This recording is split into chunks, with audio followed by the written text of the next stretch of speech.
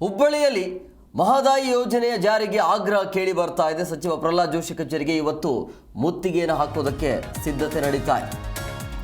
ಹುಬ್ಬಳ್ಳಿಯಲ್ಲಿ ಮಹದಾಯಿ ಯೋಜನೆಗೆ ಜಾರಿ ಆಗಬೇಕು ಅನ್ನುವಂಥ ಆಗ್ರಹ ಸಚಿವರಾಗಿರುವಂಥ ಪ್ರಹ್ಲಾದ್ ಜೋಶಿ ಅವರ ಕಚೇರಿಗೆ ಮುತ್ತಿಗೆ ಹಾಕಲು ಸಿದ್ಧತೆಯನ್ನು ಮಾಡಿಕೊಳ್ಳಲಾಗ್ತಾ ಇದೆ. ಹುಬ್ಬಳ್ಳಿಯ ಸರ್ ಸಿದ್ದಪ್ಪ ಕಂಬಳಿ ಸರ್ಕಲ್ ಬಳಿ ಒಂದು ಕಚೇರಿ ಇದೆ. ದಶಕಗಳಿಂದ ನೆನೆಗುದಿಗೆ ಬಿದ್ದಿರುವಂಥ ಯೋಜನೆ ಇದು. ಕೃಷಿ, ಬೆಳೆ ವಿಮೆ ಮತ್ತು ಬೆಳೆ ಪರಿಹಾರ ಸೇರಿದಂತೆ ಹಲವು ಬೇಡಿಕೆಯನ್ನು ಇಟ್ಟಿದ್ದಾರೆ.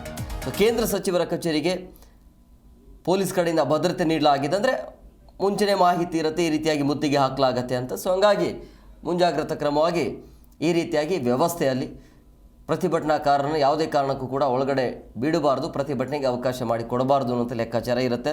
ಸೊ ಹುಬ್ಬಳ್ಳಿಯಲ್ಲಿ ಮಹದಾಯಿ ಯೋಜನೆ ಜಾರಿಗೆ ಆಗ್ರಹ ವಿಚಾರಕ್ಕೆ ಸಂಬಂಧಪಟ್ಟಂತೆ ಇವತ್ತು ರೈತರು ಅಂದರೆ ಸಚಿವ ಪ್ರಹ್ಲಾದ್ ಜೋಶಿ ಅವರ ಕಚೇರಿಗೆ ಮುತ್ತಿಗೆ ಹಾಕೋದಕ್ಕೆ ಪ್ರತಿಭಟನಾಕಾರರು ಪ್ರಯತ್ನವನ್ನು ಮಾಡುವಂಥ ಸಂದರ್ಭದಲ್ಲಿ ಆ ಕಚೇರಿಯ ಮುಂಭಾಗದಲ್ಲಿ ಭದ್ರತೆಯನ್ನು ಕೊಡಲಾಗಿದೆ.